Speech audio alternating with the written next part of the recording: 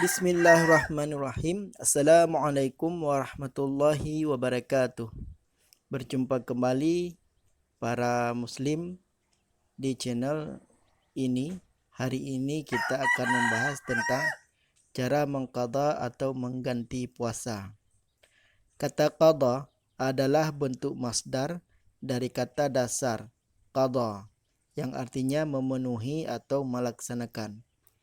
Adapun menurut istilah dalam ilmu fikih, qadha dimaksudkan sebagai pelaksanaan suatu ibadah di luar waktu yang telah ditentukan oleh syariat Islam. Misalnya, qadha puasa Ramadan yang berarti puasa Ramadan itu dilaksanakan sesudah bulan Ramadan. Namun demikian, menurut para ahli bahasa Arab, penggunaan istilah qadha untuk pengertian seperti tersebut di atas, istilah dalam ilmu fikih sama sekali tidak tepat. Sebab pada dasarnya kata qadha semakna dengan kata ada yang artinya pelaksanaan suatu ibadah pada waktu yang telah ditentukan oleh syariat Islam.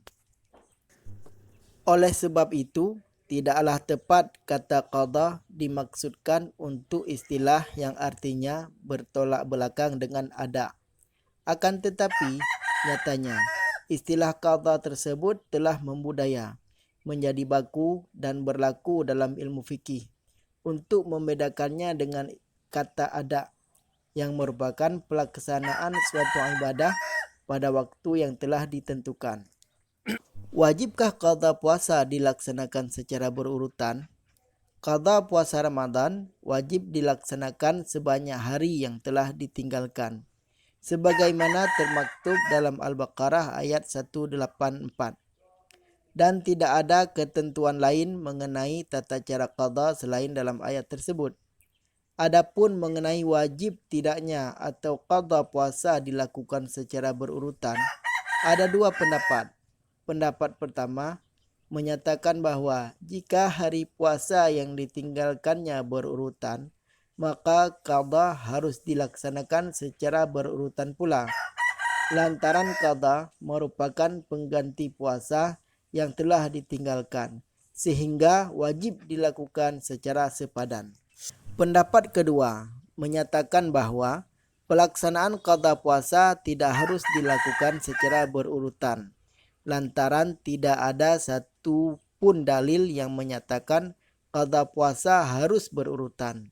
Sementara Al-Baqarah ayat 184 hanya menegaskan bahwa qadha puasa wajib dilaksanakan sebanyak jumlah hari yang telah ditinggalkan.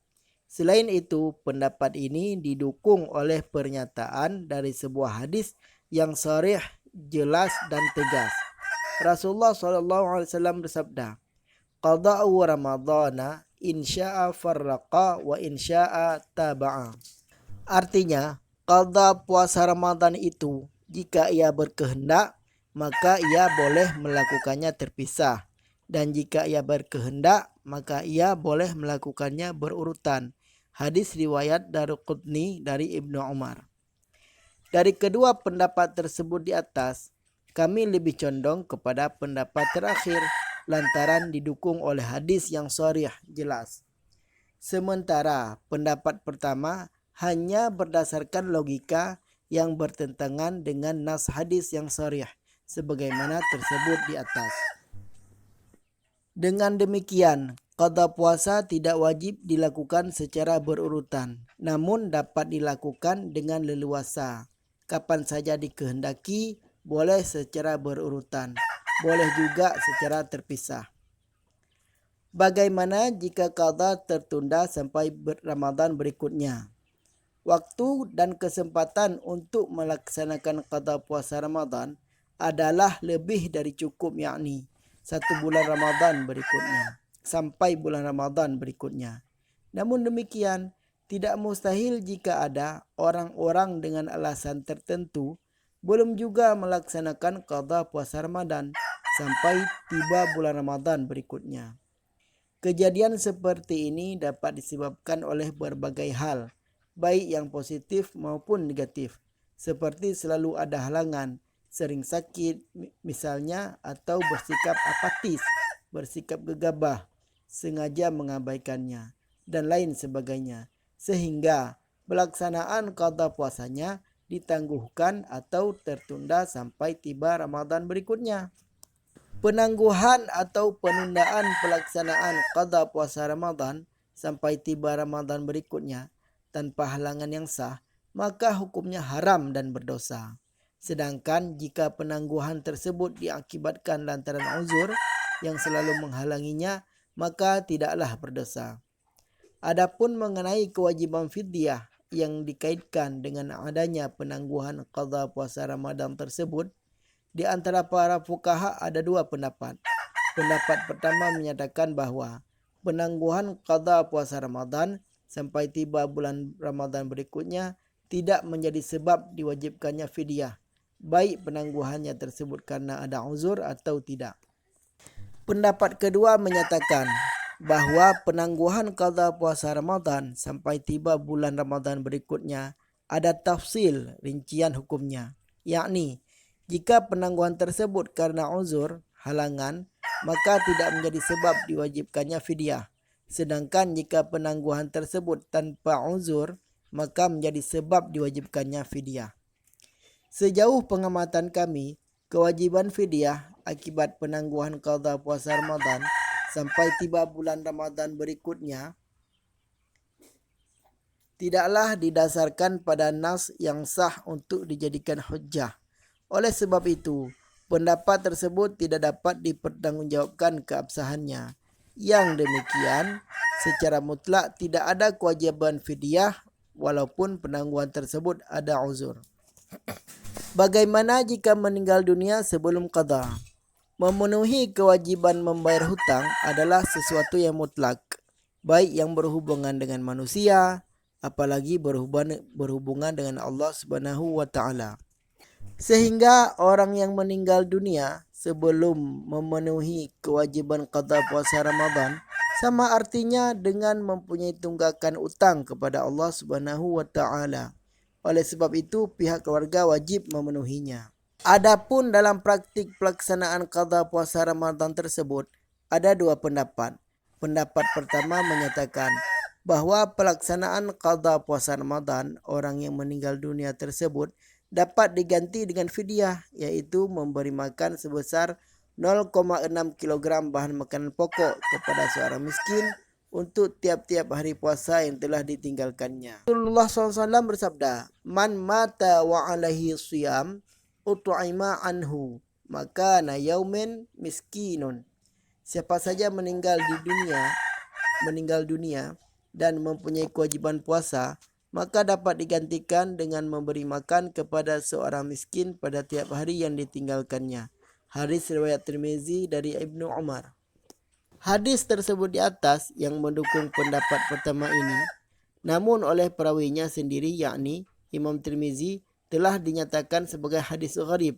Bahkan oleh sebagian ahli hadis dinyatakan sebagai hadis mauquf atau ditangguhkan alias tidak dipakai. Sehingga hadis ini tidak dapat dijadikan hujjah.